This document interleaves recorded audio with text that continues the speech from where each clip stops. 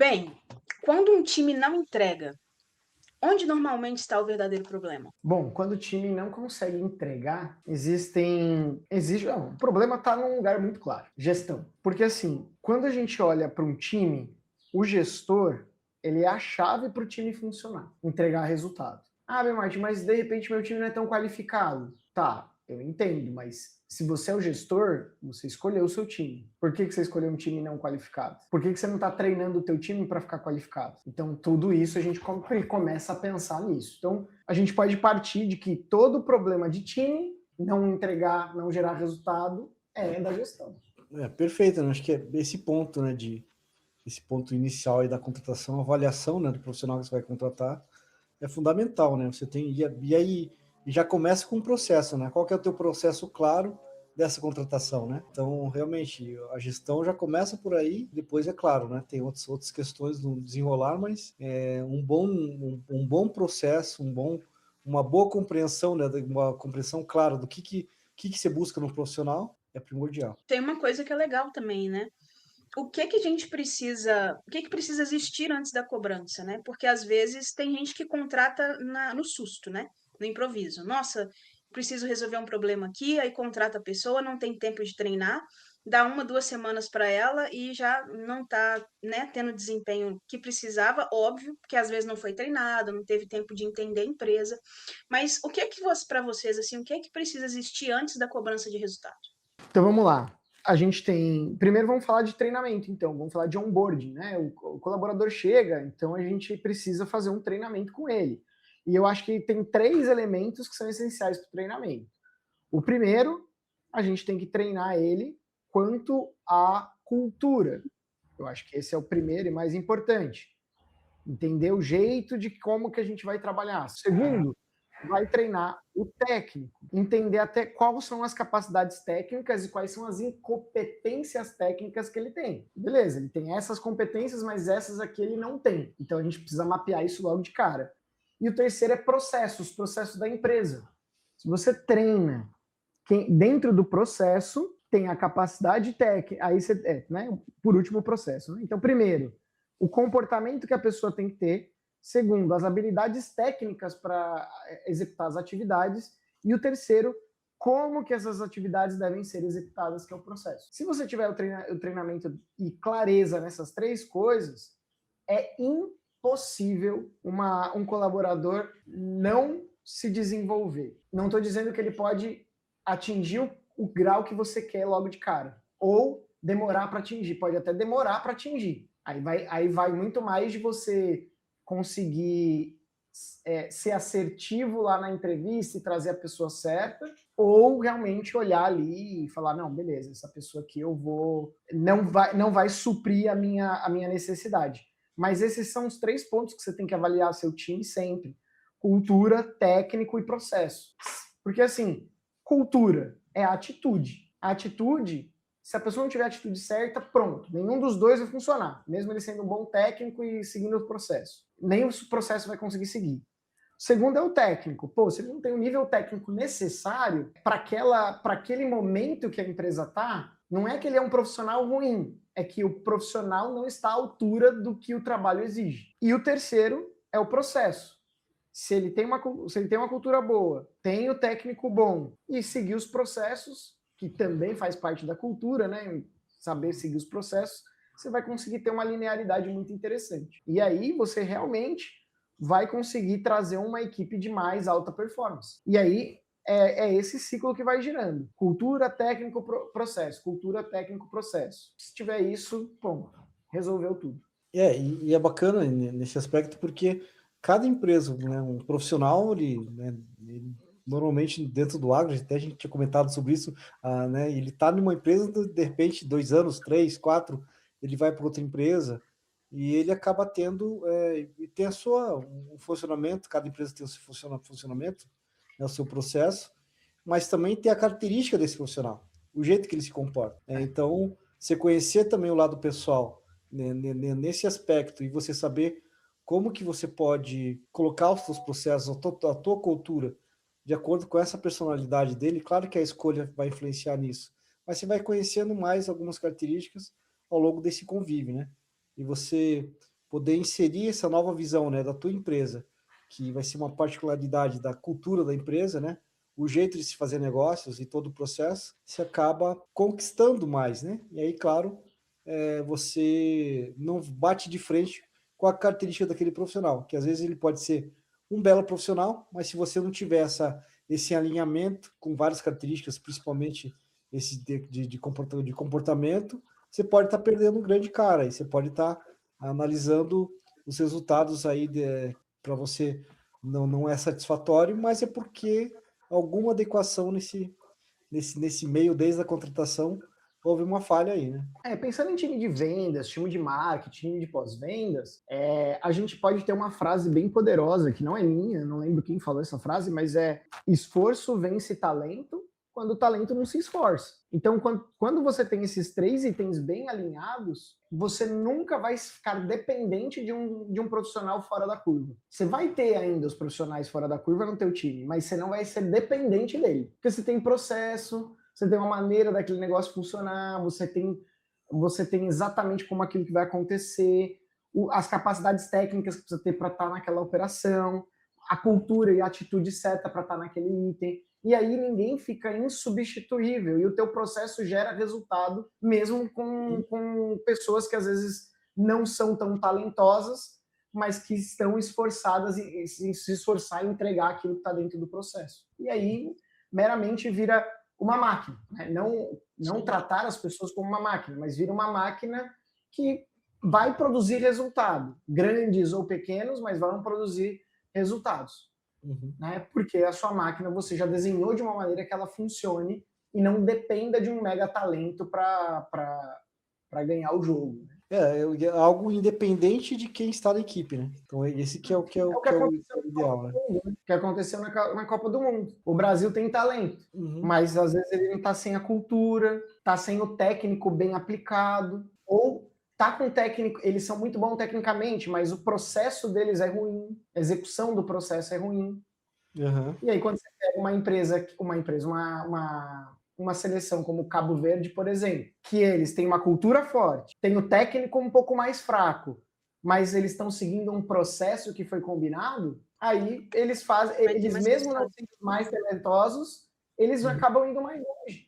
Agora vamos pensar aqui em setor bem específico, que é o que a gente mais foca aqui no podcast, no microcast, né? Que é os setores de marketing e vendas, né?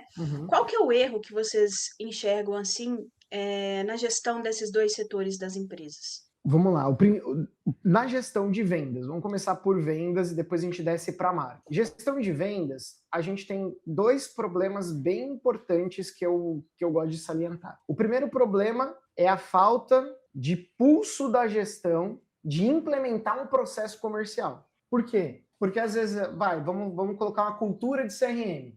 Beleza, vamos mostrar para eles o que é importante, vamos fazer isso, a gente implementa a ferramenta, e aí ele fica mais preocupado com a meta do que com o processo. Tem que ficar tão preocupado com a meta quanto o processo. É o mesmo nível.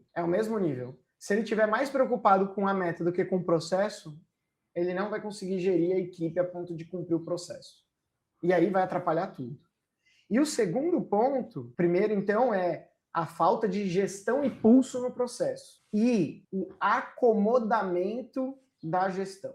Se acomodar. Se a gestão não está em constante evolução, buscando técnica nova, buscando maneiras novas, e eu não estou dizendo trazendo consultor para fazer... Não, é o gestor mudar. É o gestor buscar. Ah, mas a empresa não me dá... Não é a empresa não me dá, é o gestor. É uma questão cultural. Se o gestor não tiver essa cultura, os vendedores não vão ter essa cultura de evolução. Por exemplo, quantos vendedores do agro, ou RTVs, ou gestores, gerentes, conhecem todas as metodologias de vendas complexas? Como Spin, Spiced, Modic, tem uma lá que é GP, eu não vou lembrar o nome, mas tem várias. Ele conhece todas? Ele já testou todas para ver qual que funciona melhor com a equipe dele? Ele já entende como funciona o Inside Sales e o Field Sales e como que ele pode fazer para otimizar?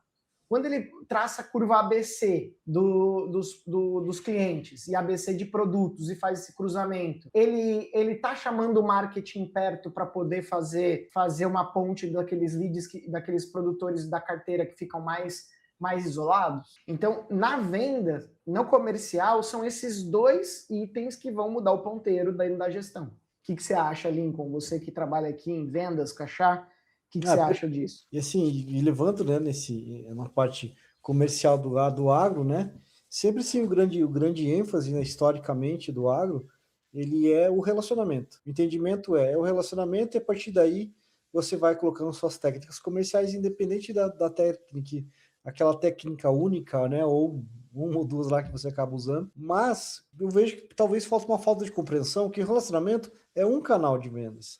Assim como assim, você está na feira, você está fazendo um relacionamento, tem que ter o time comercial e tudo mais. Mas ele não é o único. Né? O lance de você poder contar com a sua habilidade e atuar dessa forma não é o único. E é por isso que é importante você estar descobrindo, porque o agro, ele enfrenta desafios comerciais a todo momento. É difícil você passar lá, sei lá, 5, 6 anos sem você ter desafios comerciais.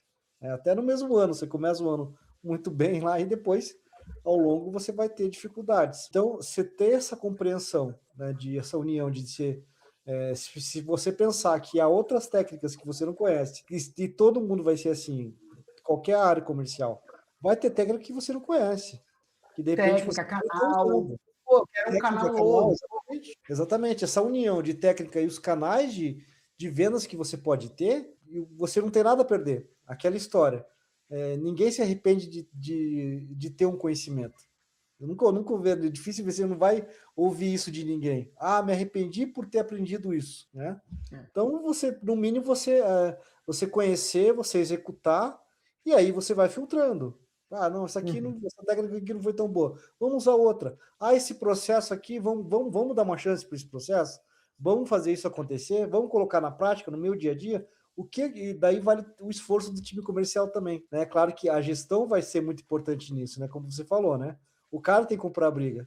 Se ele não compra, como que o teu time comercial vai comprar? E aí, você também não tem gestão se você não tem indicador. Se seu indicador foi só meta, portfólio do produto, não vai funcionar. Porque os indicadores no fim, que a empresa quer ver, que a diretoria quer ver, que os donos da empresa querem ver, são só 2, gente. É CAC, 3 na verdade, né? CAC, LTV e margem. Não precisa de mais outro indicador, não. O comercial é esses 3 indicadores só. Custo de aquisição de cliente é o CAC. O LTV é o Lifetime Value, né? Que é quantas safras o produtor está com a gente, né? A fidelização do cliente. E margem de lucro. Esse é o estratégico. Sim. Tem o tático, tem o operacional, mas esse é o estratégico que a gestão quer ver, né? E aí vai para o marketing, né, Verônica, que você também perguntou. Sim. E no marketing? Beleza, falamos de venda, marketing. Qual que são os dois pontos que eu acredito que a gestão de marketing falha toda vez no agro? O primeiro ponto é não saber dizer não. De falar, não, isso não faz sentido de ponto de vista estratégico da empresa. E o segundo é não assumir as rédeas da operação de marketing. O que é assumir as rédeas? É o total controle sobre o marketing. Porque, na verdade, no agro, quem controla marketing é vendas, quem controla marketing é o financeiro, quem controla marketing, enfim, é o dono e não o gestor do marketing. Então, a rédea está na mão de outra pessoa. Não, eu já vi muita empresa, né, ao longo desse tempo que a gente está assim, trabalhando com várias, e a gente já viu eles recebendo, o pessoal do marketing das empresas recebendo solicitações do financeiro, de, faz um post para mim. Gente, não faz o menor sentido. Né? Então, o não também que você falou passa muito por também saber falar não para os setores, né? Tipo, não é a hora de fazer isso, não é uma prioridade, porque se o marketing aceita tudo, vai virar uma bola de neve. Aí vai atrapalhar o processo, vai atrapalhar as entregas que de fato são importantes e que de fato vão trazer e vão gerar venda, né? Porque às vezes quem está lá no financeiro queria muito um post, mas não faz o menor sentido e ele vai tirar o tempo de criar um criativo que poderia gerar lead, né? Gerar ali produtores batendo na porta e mandando mensagem, né? Poxa, isso aí é muito relevante e acontece em muitas empresas do agro, não é uma ou duas, né? Do tempo que eu tô aqui, já vi umas 7 casos como esse de pessoas aleatórias da empresa pedindo coisa para o marketing interno deles que não fazia o menor sentido para a estratégia.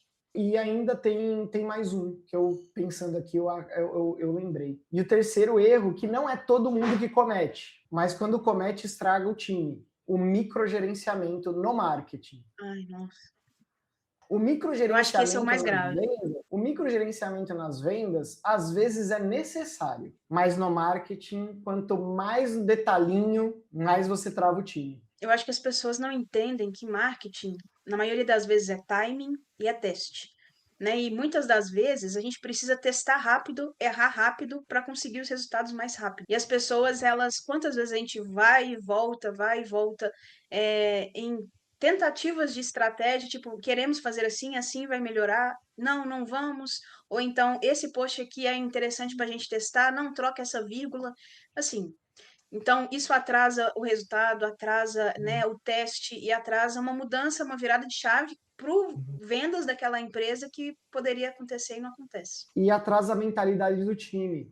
Porque quando o negócio Também. fica microgerenciado, principalmente em uma área que precisa de criatividade, precisa de análise de dados, precisa de um monte de coisa, e que facilmente vira um setor opinativo e não um setor metrificado, um setor baseado em opinião e não em métrica, você destrói bons profissionais. Porque você vai travando seus profissionais, aí não vai parando. Quer uma dica para saber se você está microgerenciando ou não? Vê o que a gente chama de turnover, ou seja, a taxa de troca de colaborador no setor de marketing. A maioria vai ser por microgerenciamento. Bem, eu lembrei aqui um outro problema que o microgerenciamento gera. O fato de você microgerenciar, principalmente nessa época do ano, que a gente começa a chegar no finalzinho, que vem Natal, Ano Novo, Black Friday. Aí tem lançamento, exato. E aí esse ano ainda tem eleição, e aí é mais complexo para os anúncios. Então, nesse período, principalmente, quando você fica microgerenciando, você vai juntando as estratégias uma muito próxima da outra. Então, se você demorou para aprovar uma, vai ficar muito perto da data que a outra tem que acontecer. E aí vai virar uma bola de neve, porque tudo vai acontecer quase que simultaneamente. Então, quem que tem que receber, que é o produtor, ele não vai nem entender o que você está fazendo. Que aí, numa semana, você está fazendo um lançamento, na outra, você está fazendo uma promoção, na outra, você está fazendo a Black Friday, e vira uma bagunça, né? Então, tudo isso por quê? Porque, às vezes, o primeiro projeto atrasou, porque ficou microgerenciando cada passo que tinha que acontecer, né? Então, eu acho isso muito sério no processo. E para você ter uma ideia, né? Quando a gente fala de não conseguir dizer não ter as rédeas e microgerenciar, isso só tem uma coisa que leva a acontecer tudo isso aqui. É a má gestão de indicador. Porque o marketing ele precisa ter de liberdade, mas são os indicadores que vão balizar ou limitar a liberdade do marketing. É indicador que limita a liberdade do marketing. Já em vendas, vendas é processo. Vendas é exército, marketing é música, entendeu? Excelente comparação. O exército é eu mando, vocês obedecem, é processo. O processo vai fazer isso. Vai ter os fora da curva, normal e tal. E aí, por isso que você tem um processo, traz o fora da curva, ele olha o processo, ele fala, eu faço diferente aqui. Legal, então vamos mudar o processo aqui, e aí você muda o processo. Já no marketing, é estudo de comportamento humano, é teste, o comportamento humano tá mudando toda hora. Então não é, ele tem que ter liberdade porque tem que ser super criativo. Não é. É porque tem mais margem para teste. Vendas, você não pode também pulverizar teste, porque senão você se lasca. Sim. Vendas, a única coisa que você pode testar é canal. Quando você entende isso, porque na venda você não opina. Tem opinião na venda? Não, vendeu e não vendeu. Exato. Agora, marketing tem tanto campo que as pessoas opinam, ninguém vai chegar para você e falar, Lincoln, olha, a sua proposta tá faltando uma estrelinha do lado direito, é por isso que você não tá vendendo. Você entendeu? É uma opinião. O logo da empresa não aparece, por isso que você não vende. Já no marketing, na comunicação, é totalmente diferente. Você tem que testar discurso, você tem que testar um monte de coisa. E nem sempre o que você está fazendo agora, você pode mudar uma vírgula e mudar totalmente o resultado. Então, por isso que as gestões têm que olhar para cada um dos processos e conseguir entender como que gere cada um. E quando você vai lá também para pós-venda, é a mesma coisa. Pós-venda é a mistura dos dois. Você tem que ter um processo, mas você tem que ter criatividade e teste de comunicação para você conseguir fazer com que a sua carteira compre mais, que a sua carteira levante a mão em outras oportunidades, compre um segundo, terceiro produto. E aí tem a área do relacionamento com o cliente, só que o RTV, ele quer ser os três: marketing, vendas e pós-venda. Uhum. Ele acaba sendo os 3 itens e ele não consegue, ele fica perdido, entendeu? Então eu acredito que seja muito nessa linha e por isso que a culpa é da gestão. Por isso que marketing às vezes não vai para frente e vira um local de custo. Porque custo eu vou lá dar minha opinião, o que aquela pessoa faz eu poderia estar fazendo, um chat GPT poderia estar fazendo. Para a gente finalizar, uma última pergunta. Você acabou de falar uma coisa interessante. A culpa é sempre da gestão. Então, suponhamos que um diretor esteja assistindo aqui o nosso microcast. E ele percebeu que talvez ele precise de uma nova pessoa na equipe. Você acha que antes de contratar ele deveria ver o que está acontecendo na gestão da empresa dele, dos setores, antes de uma nova contratação? Se for uma falta de resultado, sim. Se ele percebe, porque assim, o agro tem muita grana, né? Então, que circula. Então, quando a gente está numa época de maré alta, a maré alta de dinheiro, ela cobre qualquer problema. Qualquer navio naufragado, qualquer pedra feia, qualquer peixe morto, qualquer coisa. Agora, quando a maré está baixa, todos os problemas, todo o lixo que aconteceu é descoberto. Então, por quê? Por causa dos indicadores. Não foi olhado os indicadores. Sempre vai ter problema. Mas se tem muito lixo, desperdício, é na maré baixa que você descobre. E aí, como que você tem que trazer um novo gestor ou mudar essa pessoa, fazer uma contratação, é entendendo quais indicadores essa pessoa vai mudar. Quais indicadores ela vai movimentar. Ah, beleza, é alcance de marca ou lembrança de marca. Beleza. Eu quero fazer branding, né? Todo mundo, eu quero melhorar minha marca no mercado. Quais indicadores você está acompanhando para que melhore a marca? Ou é simplesmente se ela está mais bonitinha e aparecendo mais? Então você tem que olhar, porque geralmente o agro faz mais movimentações de marca do que de performance quando a gente fala de marketing. Mas quando a gente olha para a performance de marketing, e aí, como é que está o meu lead? Se está qualificado? Como é que está a passagem de bastão para comercial? Aí você começa a olhar indicador. E no marketing, a real, são 3 indicadores. Também são 3 indicadores. Os indicadores são o custo por oportunidade. Então, quanto que você paga por uma oportunidade qualificada, ou seja, quanto que você investir em marketing veio oportunidades de vendas para você. Não estou dizendo de fechamento, mas custou uma oportunidade, que é um pouco parecido com o CAC, né? Que a gente chama de CPO, né? A gente tem um outro, que é a alcance e frequência, que aí a gente vai falar de lembrança de marca, que é um impacto intangível, a gente mede com lembrança de marca. Faz uma pesquisa, a gente vê que estava alcançando X pessoas com uma frequência de X, nos canais ABC. E aí, quando você pensa em fertilizante, qual os três fertilizante, pensando em milho, quais são os 3 da minha região? A primeira marca que aparece na cabeça do meu cliente, a segunda marca e a terceira. Você lembra de marca. Depois executa algo durante 3, 6 meses, faz a pesquisa de novo. Isso é brand. E o terceiro indicador é retenção. É o LTV. É a retenção. Quanto tempo você consegue reter ele? E é isso. Entendeu? Esses 3 indicadores. Custo por oportunidade, lembrança e retenção. Quantas oportunidades a gente teve no evento? X oportunidades. Quanto que custou essas oportunidades? X. Aí, esse aqui, geralmente, é o que o gestor de marketing vai olhar. Que no de vendas eu tinha falado da diretoria, né?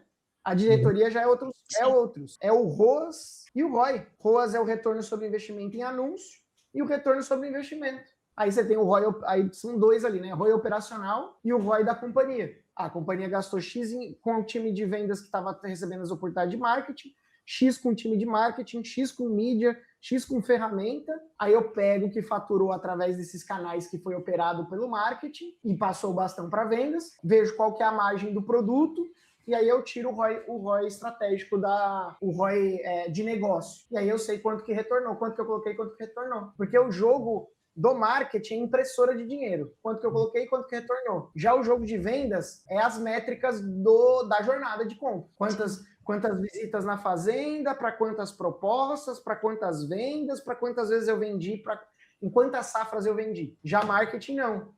quanto que eu coloquei de dinheiro, quanto que retornou. É isso que a diretoria quer ver. Bom, quem assistiu hoje esse microcast saiu daqui com vários tipos de métrica para avaliar toda a sua equipe de gestão de marketing e vendas aí, que o Ben entregou foi o ouro nesse final. E agora a gente quer saber de você, como é que tá aí a sua gestão, né? Conta aqui pra gente nos comentários que a gente vai amar entender como é que funciona aí dentro da sua empresa. Não se esquece, inscreva-se no canal, deixe o like e ative o sininho que toda semana tem vídeo novo por aqui. Um abraço e até a próxima. E quem compartilha, atrai, hein? Quem compartilha, atrai. Isso aí.